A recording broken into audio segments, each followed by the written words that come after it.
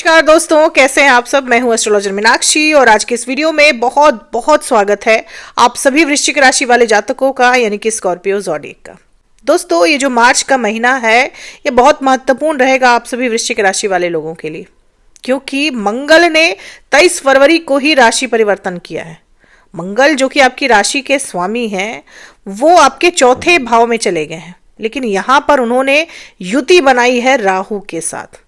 और आपके चौथे भाव में मार्च के महीने की शुरुआत में 5-5 ग्रह रहेंगे। चौथा भाव जो कि बहुत ही महत्वपूर्ण केंद्र भाव होता है, सुख का भाव होता है, सुविधाओं का भाव होता है, मकान वाहन का भाव होता है, माता का भाव होता है।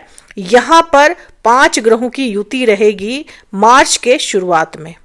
और 3 मार्च को चंद्र ग्रहण भी लगेगा, जो कि भारत में भी दिखाई देगा और इसका बहुत ज्यादा असर पड़ेगा सभी जीवों पर। आपके जीवन में भी क्या असर होगा इस चंद्र ग्रहण का जानेंगे इस वीडियो में। लेकिन इससे भी महत्वपूर्ण घटना घटेगी 11 मार्च को। बृहस्पति देव मार्गी होंगे।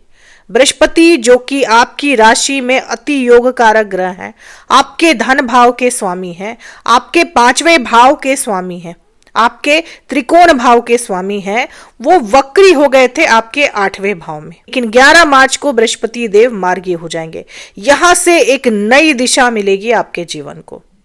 बृहस्पति जैसे ही मार्गी होंगे, बहुत सारे आकस्मिक और सकारात्मक बदलाव आएंगे आपके जीवन में, क्योंकि 8वां भाव ही जो होता है दोस्तों, वो आकस्मिक बदलाव का भी होता है, ट्रांसफॉर्मेशन का होता है। और क्योंकि बृहस्पति जैसे एक सकारात्मक ग्रह वहां पे बैठे हुए हैं, तो जो बदलाव आपके जीवन में आएंगे वो सकारात्मक ही होंगे। बहुत सारे उतार चढ़ाव आप देखेंगे मार्च के महीने में अपने जीवन में। सबसे पहले बात करें आपके सेहत की। सेहत के लिहाज से ये समय अच्छा है।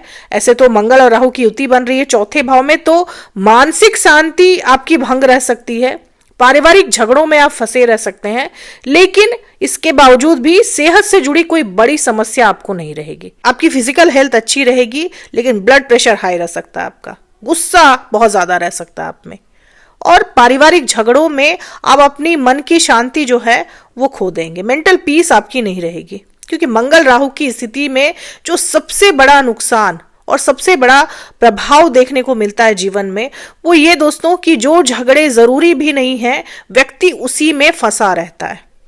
अपने जीवन में बहुत सारी लड़ाइयां एक साथ लड़ना शुरू कर देता है जैसे ही मंगल राहु की युति बनती है, क्योंकि मंगल एनर्जी है और राहु उस एनर्जी को एक्सप्लोड कर देते हैं, इतना ज्यादा बढ़ा देते हैं कि आप अपने गुस्से, अपने इमोशंस पर नियंत्रण खो देते हैं। और यही वजह है कि छोटे मोटे झगड़े भी बड़े हो जाते हैं और ये आपको नुकसान पहुंचाते हैं। तो कोशिश ये करनी है दोस्तों कि झगड़ों से बचकर रहना है, क्योंकि ये जो चंद्र ग्रहण है इसका भी प्रभाव आपके मन पर ही सर्वाधिक पड़ेगा।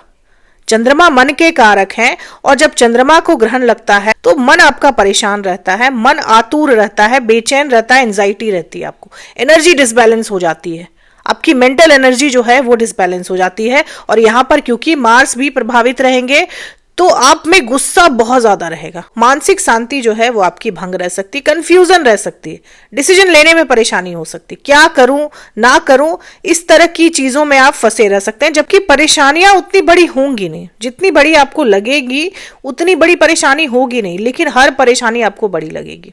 ये वो समय है जब धैर्य की, पेशेंस की बहुत ज्यादा जरूरत पड़ेगी आपको। लेकिन 11 मार्च के बाद आपको और ज्यादा परीक्षा देने की जरूरत नहीं पड़ेगी जीवन में, क्योंकि स्थितियां बहुत हद तक सुधर जाएंगी। आपके जीवन में सकारात्मक बदलाव जरूर आएंगे, क्योंकि बृहस्पति की दृष्टि आपके 12वें भाव पर, आपके दूसरे भाव पर और आपके चौथे भाव पर भी पड़ेगी। जो भी लड़ाई झगड़े आपके घर में चल रहे हैं वो शांत हो जाएंगे 11 मार्च के बाद, क्योंकि चौथे भाव पर भी बृहस्पति की दृष्टि पड़ेगी। मंगल राहु तो वहां पर रहेंगे, लेकिन जब बृहस्पति की दृष्टि पड़ेगी तो ये दोनों ही ग्रह शांत रहेंगे। इसके अलावा आपके धन भाव पर बृहस्पति की दृष्टि पड़ेगी, तो धन के मामले में बैलेंस आएगा। जो अनाप शनाप खर्चे आपके जीवन में चल रहे हैं, उन खर्चों से आपको राहत मिलेगी। आप अपने फाइनेंस को बैलेंस कर सकेंगे। रुपए पैसे के मामले में बहुत हद तक राहत मिलेगी। कर्जों से भी आपको मुक्ति मिलेगी, कर्जे चुकाने के रास्ते आपको मिल जाएंगे। नियमित आय के स्रोत बनेंगे, फिर आय के स्रोत बनेंगे आपके लिए। यानी एक ऐसा सोर्स मिलेगा जहां से रेगुलर इनकम आपके पास आती रहेगी। आप अपने कर्जे तो चुका ही पाएंगे, लेकिन जो अप्स एंड डाउन चल रहे हैं आपके फाइनेंस में वो भी बैलेंस हो जाएंगे। तो रुपए पैसे के मामले में 11 मार्च के बाद का समय बहुत हद तक आपको राहत देने वाला होगा। लेकिन यहां पर आपको ध्यान ये रखना है कि मंगल राहु के साथ है, तो कुछ भी गलत ऐसा ना बोले कि बना बनाया काम आपका बिगड़ जाए। अपनी वाणी पर नियंत्रण रखना है आपको। वाणी बहुत कड़वी हो जाती है जब भी अंगारक योग बनता है। आप बोलने से पहले सोचते नहीं, क्रोध आप पर हावी हो जाता है, तो इस पर बहुत ज्यादा नियंत्रण रखने की जरूरत है। बात करें आपके नौकरी व्यवसाय की, तो आपके 10वें भाव के स्वामी हैं सूर्यदेव, और सूर्य 14 मार्च को आपके 5वें भाव में चले आएंगे। यहां पर युति बनाएंगे वो शनि के साथ, यानी पिता पुत्र की युति रहेगी आपके 5वें भाव में।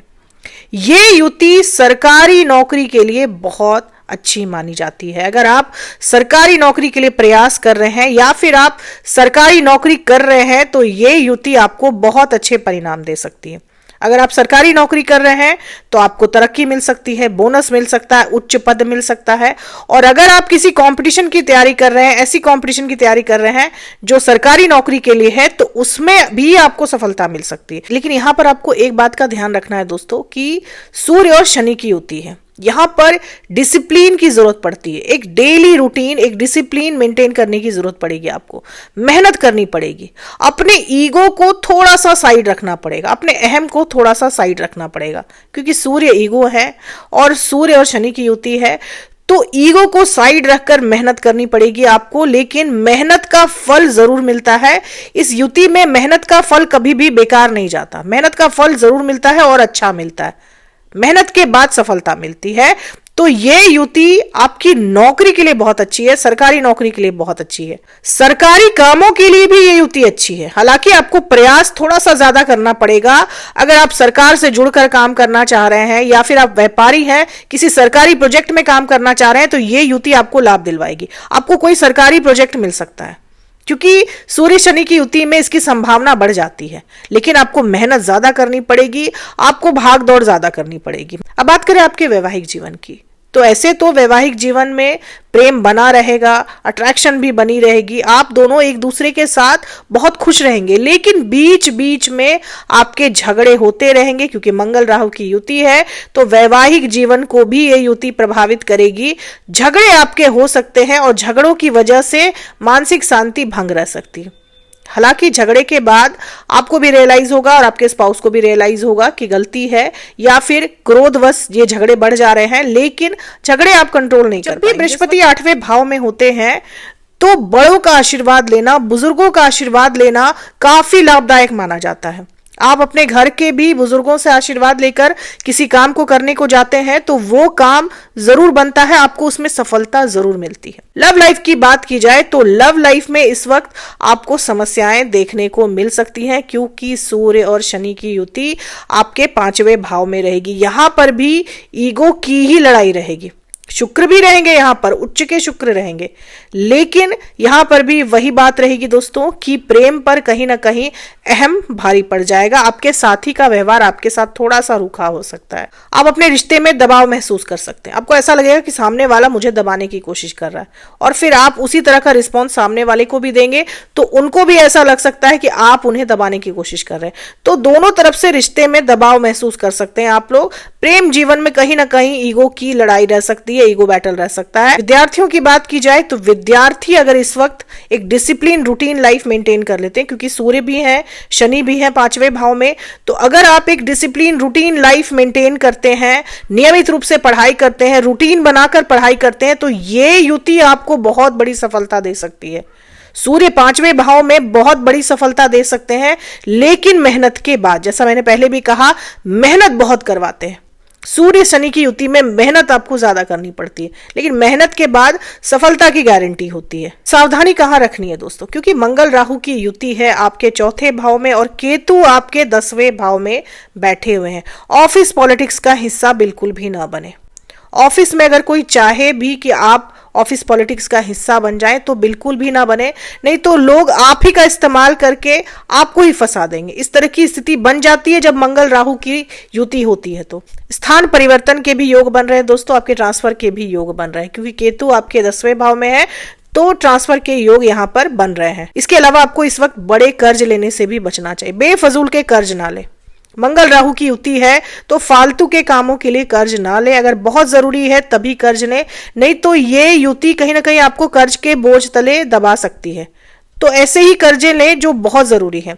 किसी को पैसे भी इस वक्त बिल्कुल भी उधार में ना दे, अगर कोई मांगे भी तो इस वक्त आपको मना कर देना है, नहीं तो वो पैसा आपका फंस सकता है। इसके अलावा कोई बड़ा इन्वेस्टमेंट भी आपको इस वक्त नहीं करना चाहिए। बड़ा इन्वेस्टमेंट करने से भी पहले आपको बहुत सोच समझ लेना चाहिए, विचार कर लेना चाहिए, क्योंकि बहुत ज्यादा लाभदायक इस वक्त आपके लिए इन्वेस्टमेंट नहीं रहेगा। लॉटरी, सट्टे, नशे वगैरह से भी आपको बचना है, क्योंकि मंगल राहु की युति आपको उसके तरफ उकसाती है, आपको गलत रास्ते की तरफ ले जाने के लिए उकसाती है। अब दोस्तों उपाय आपको क्या करना चाहिए?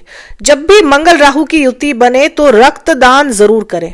आप रक्तदान करेंगे तो कहीं ना कहीं आपको इस युति के नकारात्मक प्रभाव जो हैं वो कम मिलेंगे। कि मंगल की राहु के साथ युति है तो मंगलवार के दिन आप 4 केजी मसूर दाल का दान किसी भी मंदिर में जाकर करें। ऐसा करने से भी ये युति आपको ज्यादा नुकसान नहीं पहुंचा पाएगी। तो दोस्तों ये थी मेरी एनालिसिस वृश्चिक राशि वाले लोगों के लिए। उम्मीद करती हूँ कि वीडियो से आप लोगों को काफी जानकारी, काफी हेल्प मिली होगी। अगर वीडियो से हेल्प मिली हो तो चैनल को सब्सक्राइब करें, लाइक करें, शेयर करें, कमेंट करें और बेल आइकन जरूर दबा दें। दोस्तों अगर आप मेरे द्वारा कुंडली विश्लेषण करवाना चाहते हैं, आपका कोई भी सवाल है तो आप मेरे चैनल की 3rd या 4th लेवल की मेंबरशिप भी ले सकते हैं। तो तब तक के लिए जय माता दी, जय श्री राम। उम्मीद करती हूँ कि आप सभी का जीवन सुखमय और शांति से भरा हुआ रहे।